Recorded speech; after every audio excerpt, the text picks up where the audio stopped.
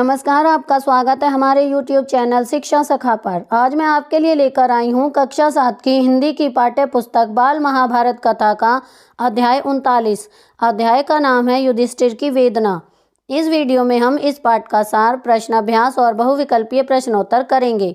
पिछली वीडियो में मैंने आपको अध्याय 38 अश्वत्थामा पाठ का सार, प्रश्न अभ्यास और बहुविकल्पीय प्रश्नोत्तर करवाए थे। अगर आप मेरे चैनल पर नए हैं और अभी तक आपने मेरे चैनल को सब्सक्राइब नहीं किया है तो प्लीज़ मेरे चैनल को सब्सक्राइब कर लें और बेल आइकन को ज़रूर दबाएं। मैंने अपने चैनल की प्लेलिस्ट में सब्जेक्ट वाइज लिस्ट डाली हुई है। आप जिस भी सब्जेक्ट के लेसन को देखना चाहते हैं मेरे चैनल की प्लेलिस्ट में जाकर उसे देख सकते हैं। तो चलिए अब हम पाठ की शुरुआत करते हैं। सबसे पहले हम इस पाठ का सार करेंगे।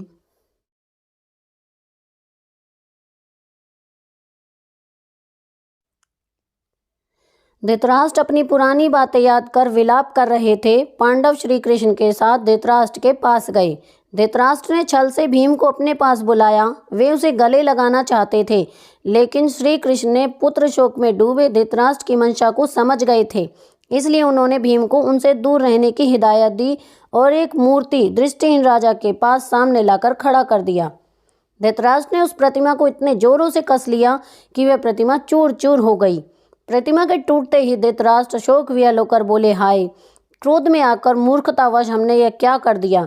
हमने भीम की हत्या कर दी। ऐसा कहकर वे विलाप करने लगे। इसके बाद श्री कृष्ण ने सत्य को प्रकट कर दिया कि भीम जीवित है। इस तरह उनका मन शांत हुआ। पांडव गांधारी के पास गए। दुखी गांधारी ने पांडवों को आशीर्वाद दिया। गांधारी ने बिलखती द्रौपदी को सांत्वना दी।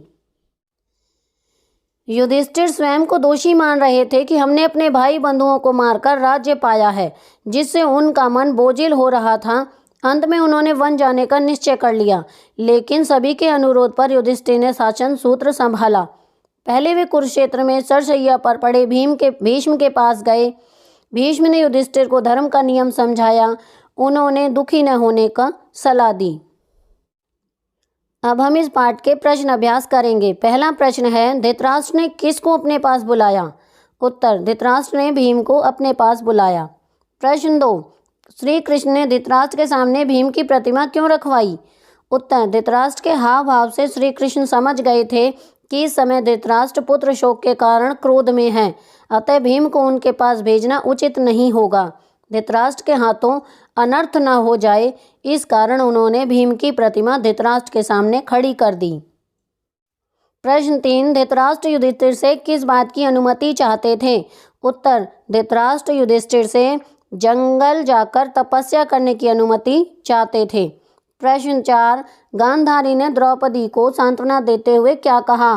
उत्तर, गांधारी ने द्रौपदी को सांत्वना देते हुए कहा, बेटी दुखी न हो, मैं और तुम एक जैसी हैं। हमें सांत्वना देने वाला कौन है? इस सब की दोषी मैं ही हूँ। मेरे दोष के कारण आज इस कुल का सर्वनाश हुआ है, पर अब अपने को दोष देने से क्या लाभ। प्रश्न 5, राज्य संभालने से पूर्व युधिष्ठिर युद्ध भूमि क्यों गए? उत्तर, शासन सूत्र संभालने से पहले युधिष्ठिर युद्ध भूमि में सरशैया पर पड़े भीष्म पितामह से आशीर्वाद लेने गए। अगला प्रश्न है, श्री कृष्ण ने क्या कहकर धृतराष्ट्र का शोक शांत किया? उत्तर, श्री कृष्ण ने धृतराष्ट्र को बताया, राजन क्षमा करें, मुझे मालूम था कि क्रोध में आकर आप ऐसा करेंगे, अतः इस अनर्थ से बचने के लिए मैंने भीम की जगह उसकी एक मूर्ति सामने रख दी थी। भीम अभी जीवित है। इस तरह उनका मन शांत हुआ।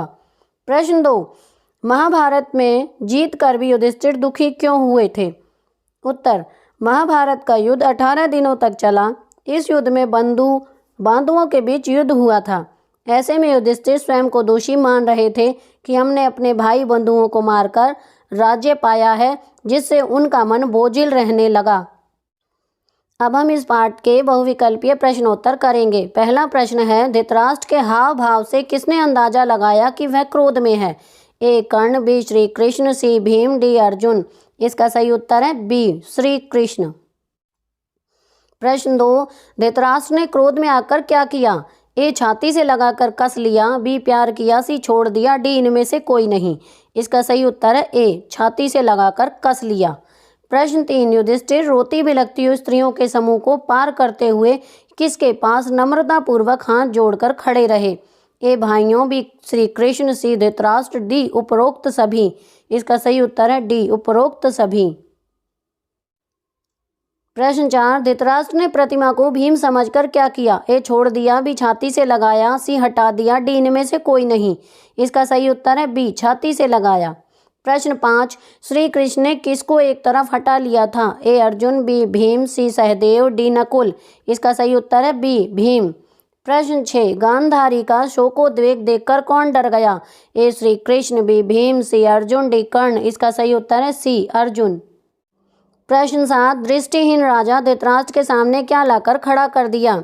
ए पत्थर की प्रतिमा, बी लोहे की प्रतिमा, सी कांच की, डी रबड़ की। इसका सही उत्तर है बी लोहे की प्रतिमा। प्रश्न 8, वाद विवाद में कौन पीछे न रहा। ए कर्ण, बी भीम, सी द्रौपदी, डी अर्जुन। इसका सही उत्तर है सी द्रौपदी। प्रश्न 9, अंत में युधिष्ठिर ने कहाँ जाने का निश्चय किया। ए घर में, बी आश्रम में, सी वन में, डी इनमें से कोई नहीं। इसका सही उत्तर है सी वन में। प्रश्न 10, किसने गृहस्थ धर्म की श्रेष्ठता का पर प्रकाश डाला। ए भीम ने, बी अर्जुन ने, सी कर्ण ने, डी सहदेव ने। इसका सही उत्तर है बी अर्जुन ने। प्रश्न 11, धृतराष्ट्र से आज्ञा पाकर पांचों भाई श्री कृष्ण के साथ किसके पास गए। A Draupadi, B Gandhari, C Yashoda, D A और बी दोनों। इसका सही उत्तर है बी गांधारी। प्रश्न 12, भीमसेन ने किस प्रकार समझाया। ए कटु वचनों से, बी सहजता से, सी गुस्से से, डी इनमें से कोई नहीं। इसका सही उत्तर है ए कटु वचनों से।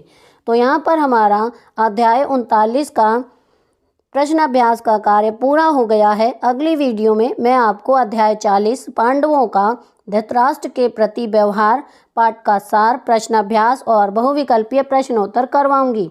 आपको मेरी ये वीडियो कैसी लगी मुझे कमेंट करके ज़रूर बताएं। मेरी वीडियो को लाइक करें, शेयर करें और चैनल को सब्सक्राइब करना ना भूलें। Thank you.